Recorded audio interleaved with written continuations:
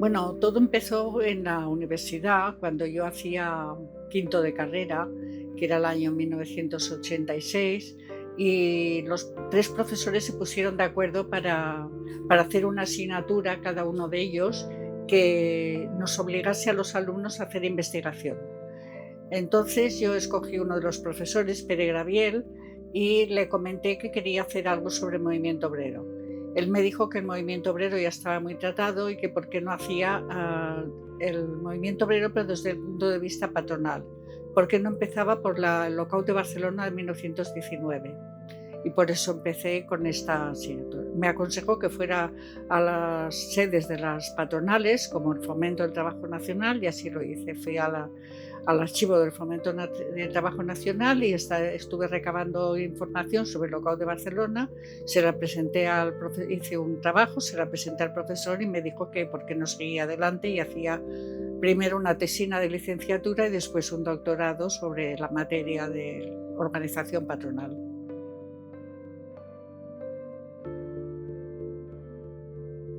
Quizá la mayor sorpresa fue ver la cantidad de documentación que se conserva en los archivos, por ejemplo, del Fomento del Trabajo Nacional.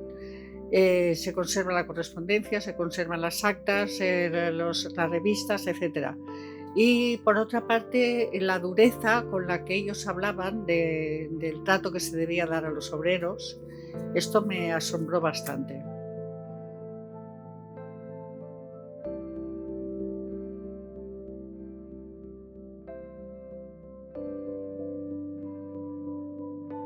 El interés sobre todo era acabar con la CNT, Sindicato Revolucionario de ascendencia de origen francés, dijéramos, la ideología de origen francés, y que era revolucionario y que quería subvertir el orden social y que provocaba muchísimas huelgas. Y en su ideario era la huelga general revolucionaria sería lo que acabaría con el sistema capitalista.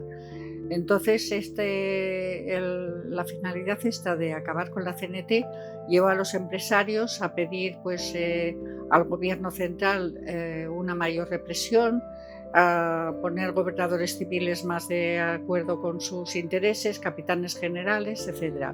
Y en última instancia pedir el corporativismo, que era una fórmula que se puso después en marcha en el franquismo y que de alguna manera parecía que podía acabar con la lucha de clases.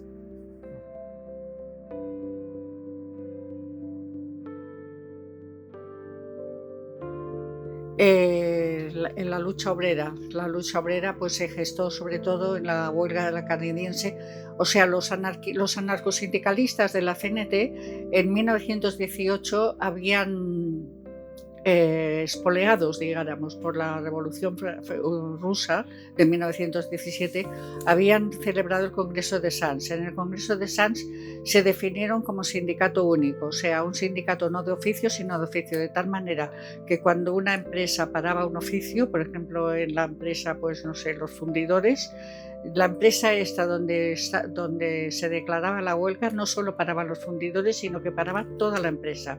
Esto les daba una muchísima mayor agilidad para la lucha y la pusieron en marcha la primera vez en la huelga de la canadiense de principios de 1919 en Barcelona.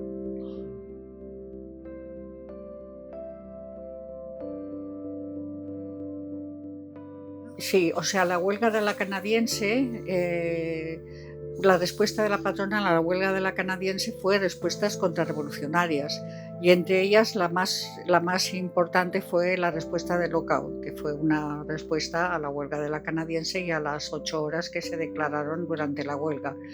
Y fue muy importante porque durante el lockout se dieron Milans del Bosch, el capitán general de Cataluña, con apoyo de la patronal, dio dos intentos de golpe de Estado y un tercero con ayuda de los militares que fueron precedentes de la dictadura de Primo de Rivera de 1923.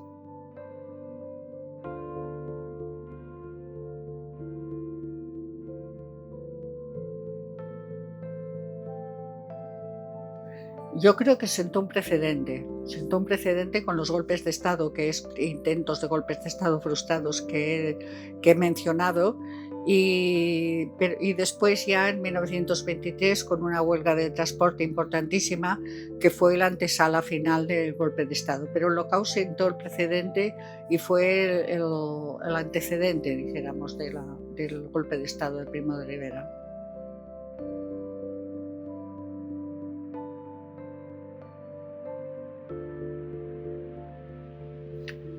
Yo creo que la situación social es muy diferente, claro. Estamos hablando de 1919, era una sociedad en la que no había cubrimiento del paro, no había seguridad social, no habían vacaciones. Todo esto no tiene nada que ver con las condiciones actuales. ¿Quiere esto decir que actualmente la clase obrera pues esté como viva bien, o sea, que esté en el paraíso? Pues no, realmente no. Pero claro, si comparamos aquella situación y la actual, podemos observar que no hay paralelismo, o sea, que no tiene nada que ver.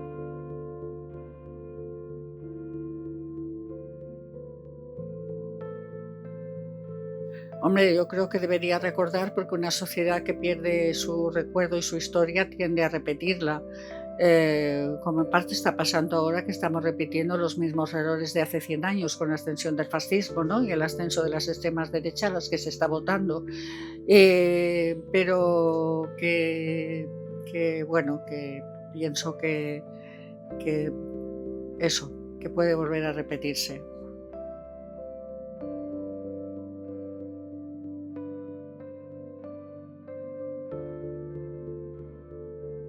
Hombre, yo creo que le invitaría a leerlo, a leer todo lo que se ha publicado sobre esta huelga, que realmente no es mucho, no es mucho porque cuando yo empecé no había nada sobre la huelga la huelga esta patronal, nadie la había estudiado, seguramente porque para los obreros fue un fracaso y entonces no quisieron, sus publicistas no quisieron rememorarlo, y para los publicistas de la patronal no quisieron recordar la posición tan dura que empleó la patronal. Pero yo pienso que se tendrían que enterar de lo que pasó.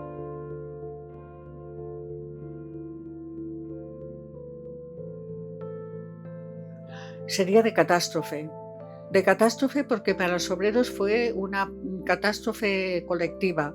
O sea, la gente pasó hambre, pasó miseria, muchos emigraron. Después, eso significó que también la CNT perdió muchos afiliados que pensaron que el sindicato les había llevado a esa desgracia y se pasaron a los sindicatos libres, unos sindicatos amarillos, o bien pues se desafiliaron de los sindicatos. Y para la patronal tampoco creo que pensara que fue un triunfo, porque las fuentes del Fomento del Trabajo Nacional cifran las pérdidas en 1.000 millones de pesetas de la época.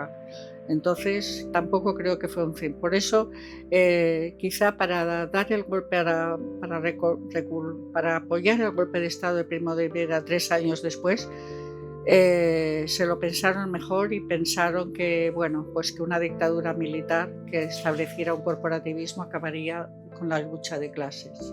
Como así pasó durante la dura de Primo de Rivera, de alguna manera la lucha de clases se ralentizó mucho.